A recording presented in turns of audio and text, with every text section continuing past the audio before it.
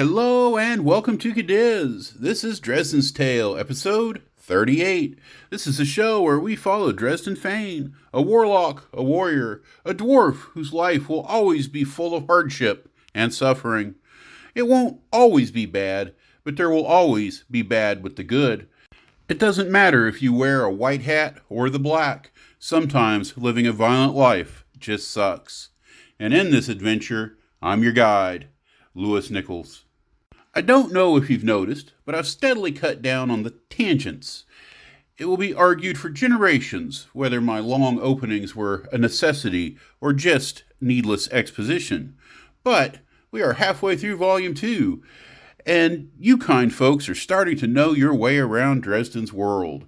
No need for every episode to sport long segues. As always, leave a comment and let me know what you think. I am adaptable. Next, in the tradition of self-contradiction, let's hit a few key points before I get back to Dresden. First, named beasts. As I am sure you realize, there are all sorts of monsters in Dresden's world. From time to time, these creatures become known on an individual basis. Sometimes, it's just that a giant carnivorous bunny got lucky a few times, and now Fluffy the Destroyer is talked about far and wide. Other times, it's a bard's doing, just because Fluffy the Destroyer makes a better villain than Random Giant Bunny number 5. Finally, there are those beasts who often, by the will of the gods, are truly exceptional or even unique. Next up, a physics lesson.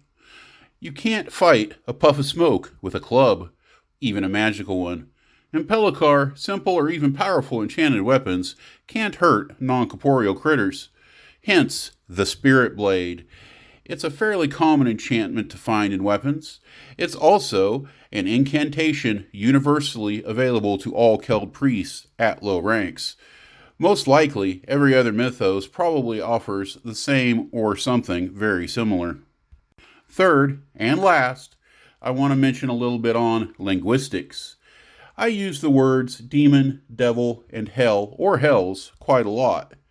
That said, in the Pellicar universe, there is not a plane called hell. However, there are planes and realms of planes that would certainly qualify for the definition. Also, if you ask a sage, there are no demons and devils. However, all these terms convey a common understanding in the English language, and that's the only language I know to convey this story to you. If you think about it, most people don't believe in any of these things anyway, or at least not by any unified definition. They are creatures of evil, and the place where evil resides. That is the spirit in which these terms are used. All right then, hopefully I didn't monkey up your immersion with our little tangent. Let's get to it. Cadiz is much as we left it, with so many dead and Ribnasher still at large. Sorrow and uncertainty weigh down the very atmosphere. But the Kelds are a resilient people. Life goes on. We find Dresden 2 weeks later. The sun is on the move as spring is upon us. It's the 5th day of Ebba, 2052 years after the fall. How did you get him away from the barracks? Colleen asked. Haspern confided. It wasn't easy. Took a lot of yelling and some threats. All he's done for days on end is work and read. I don't think he's said 12 words short of having to answer me or his trainers. He's never lost anybody before, she sighed sadly. He'll get used to it. That's the real tragedy. You were the only one? She shrugged. Nick lived for a little while, but Nasher took both his legs. He cut himself open and bled out on Omidon's day. What did we do to bring Abergraon's wrath? We sure did something. Colleen watched Dresden sitting on a bench waiting for the play to start. He didn't talk to anyone, but read from a tattered manuscript. As the actors came out, he closed the book and put it under his coat. I don't know, Haspern. Maybe we're just not strong enough. A man dressed in flashy robes and a hat that would engulf most gnomes sauntered about the stage. he laid out his masterful plan to a retinue of well-heeled henchmen, a group portrayed by men in blindfolds and gags who nodded to everything the man said. The story told how Pope Cetravius traded away a number of questing stones for the ability to track down the rest. Ultimately, he was betrayed. Civilization only benefited by the occasional birth of men and women who were capable of sensing the stones, but were utterly insane. The event was often seen as the final dagger destroying the old kingdoms. Wars of retribution followed, and soon enough, humans, elves, Tagara, and the rest of mankind withdrew into the city of Patronsburg as a last refuge. That some wanted the papacy reinstated disgusted Dresden on most days, but not today. Today, the warrior didn't care. He wasn't even fully aware of the stage at all. Memories of Leith still haunted his psyche. He'd known her for such a brief time, just long enough to ache at the pain of her loss. More proof he was only meant for a life of suffering. How did the veteran warriors of the tribe survive so much death, so many holes in their being? How much could one man stand? Doubt filled him. Would it be better just to settle on a life of ranching with Bee, assuming she'd have him? She probably wouldn't. Dresden realized the play had stopped, and a pterodon he recognized as part of the city government was beginning to address the crowd. Looking around, it seemed that a good portion of the town was now squeezed into the outdoor amphitheater. "We have received word that the Iterians, in large numbers, have massed on the plain of Vool, the Stone Clan colony of Brave Rock, and all the holdings of the Campbells and of the Empire itself are at risk. The war has found a new battlefield, and it will be the deserts of that distant land." The speaker allowed a wave of excited chatter to work through the crowd.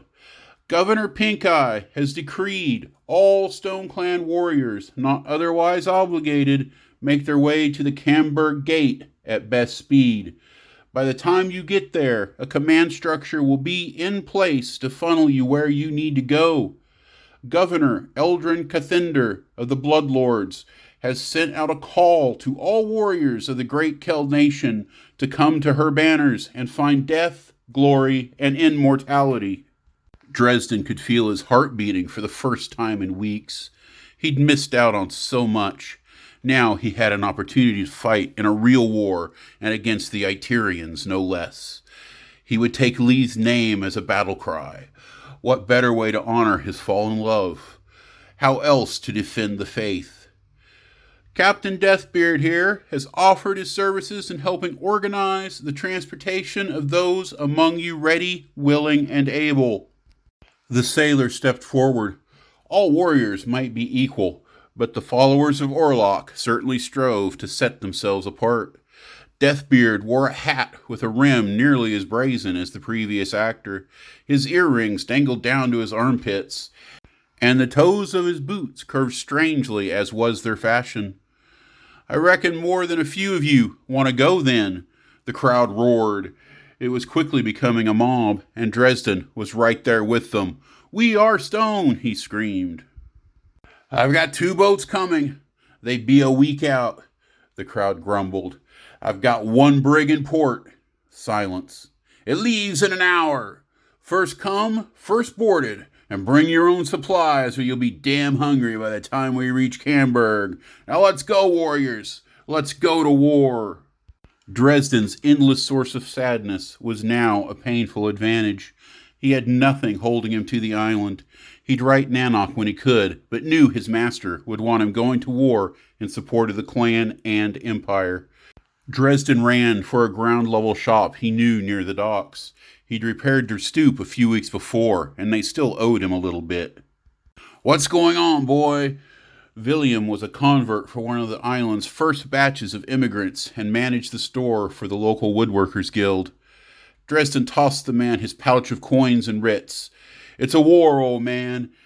It's a war, and in a few minutes your stock is going to be wiped out." The number of customers inside had already jumped from 2 to 10. Everyone was giving the shopkeeper coins, bags of salt, writs, and whatever else they had of value. One man even handed over an extra sword. "There's no time," Dresden said. He grabbed 3 big water skins, a 20-pound bag of beans, 2 giant jars of canned tomatoes, and a 10-pound block of cheese. He wasn't sure how he'd come out with Willem, if there was ever a tally at all, but he hoped it was close. After filling his skins with fresh water, Dresden was still one of the first on deck. He found a secluded spot to call his own, right between 2 crates of egg lizards. The ship sailed within the hour, never giving him time to question the rashness of his decision. As Cadiz receded from view, his heart ached. Memories of Leith did not fade with it. There was no escape, if that had in fact been what he was attempting. Was it? All their time together flooded to him. By leaving, he was leaving her memory. Guilt raged through him, threatening to drive him to insanity. The betrayal. Pulling a leather-bound text from a bag, he began to read. The answer was there, somewhere. It had to be. "So long, Cadiz. We've had our time together, but all things come to an end." I mentioned many times how this project has evolved over the years. Just for fun, I took a moment to look back at the original story.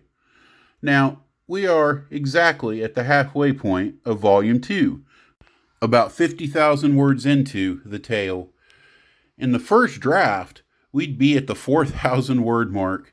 Spoilers, at the end of Volume 2, we'll still be at the same mark. Yeah, Volume 2, Part 2 is completely fresh material, and I hope you'll find it adds a lot to the story. As always, thank you for tuning in, fellow adventurers. Be kind, hit the like button, sub, and comment. Most of all, thanks for spending a little time with me today. I hope you all have an absolutely wonderful day.